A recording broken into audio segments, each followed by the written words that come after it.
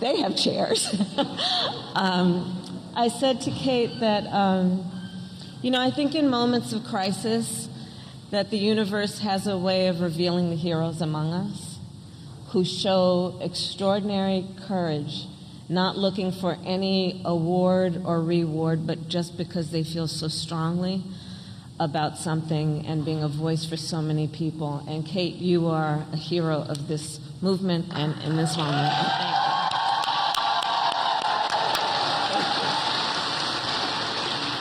And I want to thank all the elected officials and members of Congress who are here, Senator Van Hollen, Representative Glenn Ivey, and I will acknowledge the next senator from the great state of Maryland, my dear friend, Angela Alsobrooks.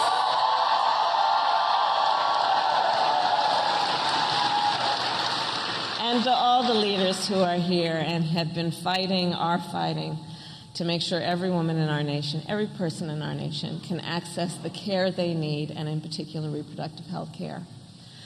So, this is a fight for freedom. The fundamental freedom of a woman to make decisions about her own body and not having her government tell her what to do. 2 years ago today, I think many of us remember where we were. 2 years ago today, the highest court in our land, the Court of Thurgood and RBG, took a constitutional right that had been recognized from the people of America, from the women of America. And 2 years ago, on that day, I actually made a prediction that overturning Roe v. Wade would be the opening shot on a full-on assault, state by state, on reproductive freedom. And that is exactly what happened. Over the past 2 years, in states across our nation, extremists have proposed and passed laws that criminalize doctors and punish women, laws that limit access to contraception and to fertility treatments like IVF. Even some of them trying to revive laws from the 1800s. Today in America, 1 in 3 women of reproductive age lives in a state with an abortion ban. Many with no exception even for rape or incest. Today, our daughters know fewer rights than their grandmothers. This is a healthcare crisis. And we all know who was to blame: Donald Trump. And how do we know? Well, as many of you know, I'm a former prosecutor, so let's just look at the facts, shall we? When he was in the White House, Donald Trump handpicked 3 members of the United States Supreme Court because he intended for them to overturn Roe v. Wade. And as he intended, they did. So, it was premeditated. Since extremist legislators across our nation have passed ban after ban after ban, he had accomplices. And Trump has not denied, much less shown remorse for his actions. Instead, he, quote, proudly takes credit for overturning Roe. My fellow Americans, in a court of law, that would be called an admission. And some would say a confession, all pointing to the ultimate issue.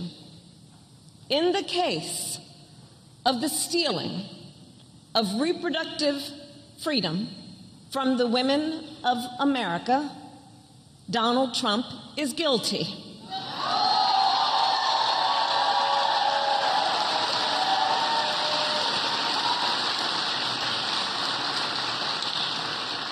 And over the past 2 years, we have seen the impact of these Trump abortion bans, the horrific, heartbreaking reality that women have been facing every single day in our country.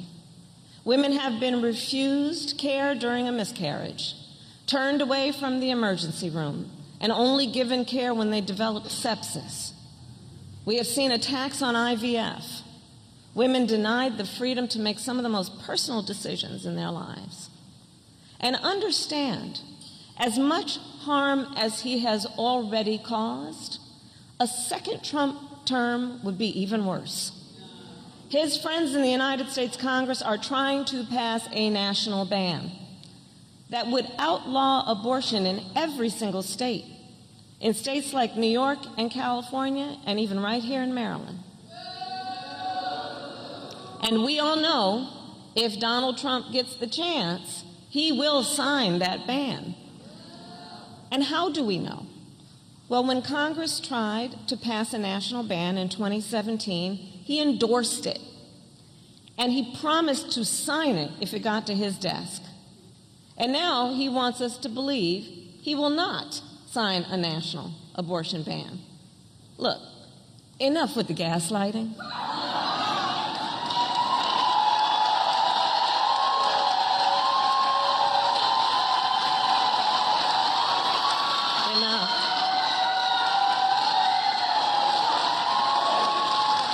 And if we needed any more proof on where he stands on this issue, Donald Trump just announced he has already decided who his running mate will be.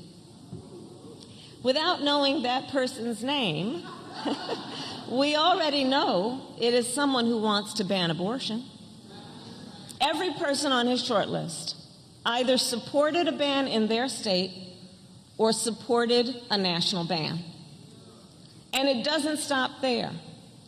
If there were a second Trump term, he has admitted that he is, quote, looking at restrictions on contraception.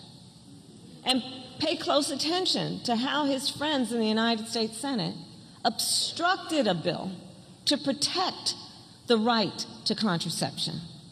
Not once, not twice, but 3 times. So it comes down to this. Donald Trump thinks the government is in a better position to tell women what's in their best interest than women are to know for themselves. But Joe Biden and I trust women.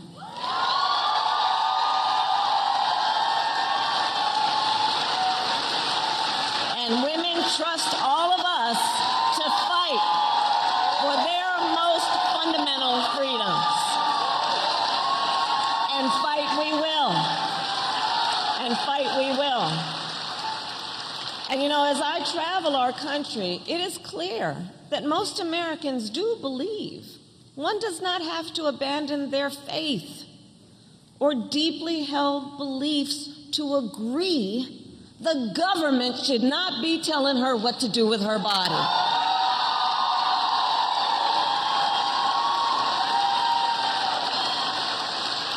And when Congress passes a law that restores the reproductive freedoms of Roe, our President, Joe Biden, will sign it into law.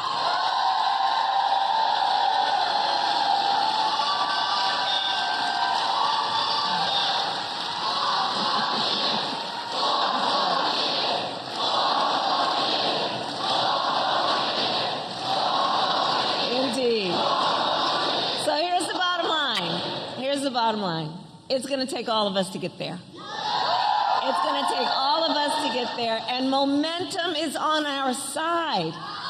Think about it. Since Roe was overturned, every time reproductive freedom has been on the ballot, the people of America have voted for freedom.